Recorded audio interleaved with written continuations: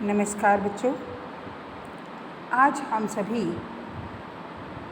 हिंदी गद्य की एक नई विधा पत्र लेखन के विषय में जानेंगे कि पत्र कैसे लिखे जाते हैं। पत्र दो प्रकार के होते हैं, एक औपचारिक और एक अनौपचारिक।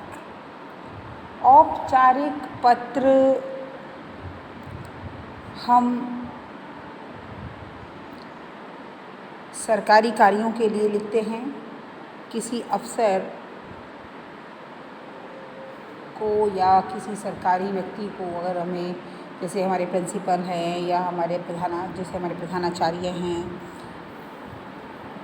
इस तरह के जो व्यक्ति होते हैं, दुकानदार हैं, हमें कोई सामान मंगाना है, कोई शिकायत करनी है पुलिस की, कोई नगर निगम में कोई अपनी आवश्यकता बतानी है, ज़रूरत बतानी है, इस तरह के पत्रों को औपचारिक पत्र कहा जाता है। जबकि जो पत्र हम अपने मित्रों, रिश्तेदारों और अभिभावकों को लिखते हैं, वे अनौपचारिक पत्र की श्रेणी में आते हैं। जो अनौपचारिक पत्र आज हम लिखना सीखने वाले हैं प्यारे बच्चों, वह है अपने मित्र को पत्र लिखना। तो अपने मित्र को, यानी अभी मैंने आपको बताया कि मित्र को जो पत्र लिखा जाता है वह अनौपचारिक पत्रों की श्रेणी में आता है। और यह मित्र को अपने जन्मदिन पर निमंत्रण पत्र एक अनौपचारिक पत्र है, जिसमें हम सबसे पहले अपना पता लिखते हैं। उसका पूर्ण प्रारूप मैं पहले आपको समझा चुकी हूँ, बता चुकी हूँ कि किस तरीके से हम संबोधन करते हैं और दूसरी अन्य आवश्यक चीज़ें लिखते हैं। तो हम सीधे अपने उस पर आते हैं विषय पर कि सबसे पहले हमने लिखा अपना पता। और जैसा कि अभी ये पत्र हम अपनी कक्षा में बैठकर लिखने वाले हैं या एग्ज़ाम में लिखेंगे, तो हम परीक्षा भवन लिख सकते हैं, विद्यालय का नाम लिखेंगे और साथ ही अपने शहर का नाम, उसके बाद दिनांक डालकर जिसको आप पत्र लिख रहे हैं उसे संबोधित करते हुए लिखेंगे प्रिय मित्र और उसका नाम।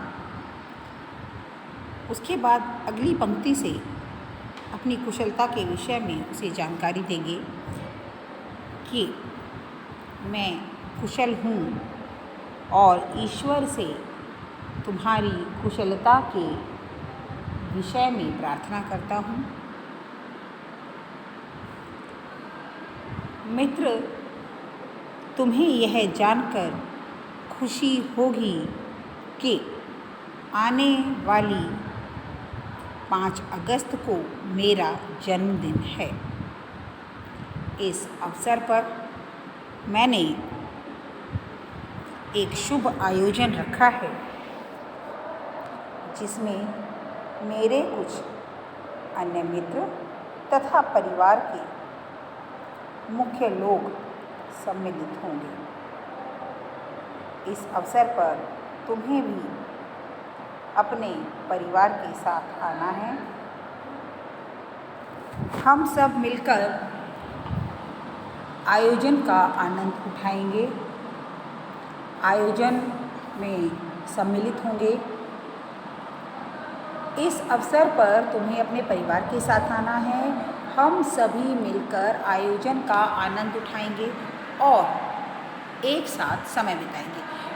हमें उन्हें प्रेरित करना है कि हम किस तरह का यह कार्यक्रम होगा, इसमें कौन कौन भाग लेगा, उसके बारे में भी हम उन्हें जानकारी देंगे। उसमें हम क्या है, अगर हम कुछ और मुख्य विशेष हमारी बातें हैं कि ये होगा वो होगा, वो सभी हम इसमें डाल सकते हैं, लिख सकते हैं, जिससे कि आने वाले के अंदर और अधिक उत्साह पैदा हो और एक साथ समय बिताएंगे। मुझे पूरी आशा है कि तुम अपने परिवार सहित समय पर अवश्य पहुंच जाओगे। जब भी कोई अनौपचारिक पत्र लिखा जाता है तो हमें घर में उपस्थित अन्य लोगों को भी अपना प्रणाम और प्यार भेजना है, उन्हें भी नहीं भूलना है। जैसे हमने अंत में लिखा कि चाचा जी एवं चाची जी को मेरा प्रणाम कहना और राहुल को मेरा प्यार देना। तुम्हारा प्रिय मित्र। ठीक है, इस पत्र में बिल्कुल भी यह आवश्यक नहीं कि आप एज इट इज़ लाइन लिखें जैसी आपको दी गई हैं, बल्कि आप बहुत अपनी पंक्तियाँ इसमें सम्मिलित कर सकते हैं। आप कुछ और जोड़ना चाहते हैं, अपने मित्र को कुछ और बताना चाहते हैं, किसी और को उसके साथ आने के लिए आमंत्रित करना चाहते हैं, या फिर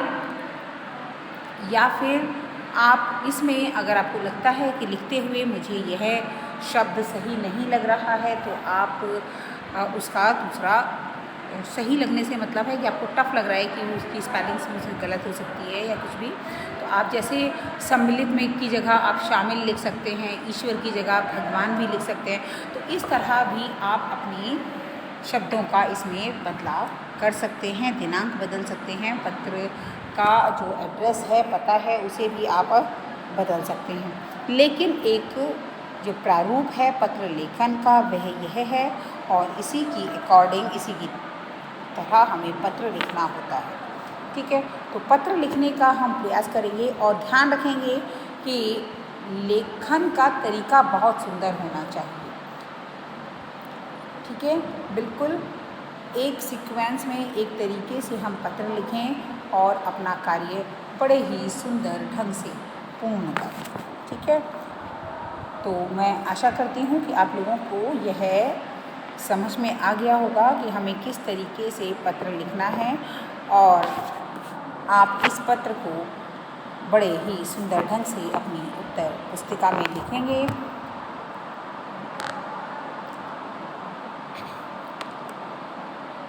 साथ ही इस तरह का कोई अन्य पत्र भी आप स्वयं अपने पिताजी को, माताजी को या अन्य किसी पारिवारिक व्यक्ति को एक पत्र लिख लेंगे किसी भी कारण से, तो आपको इसका अभ्यास भी हो जाएगा। आज के लिए इतना ही, धन्यवाद।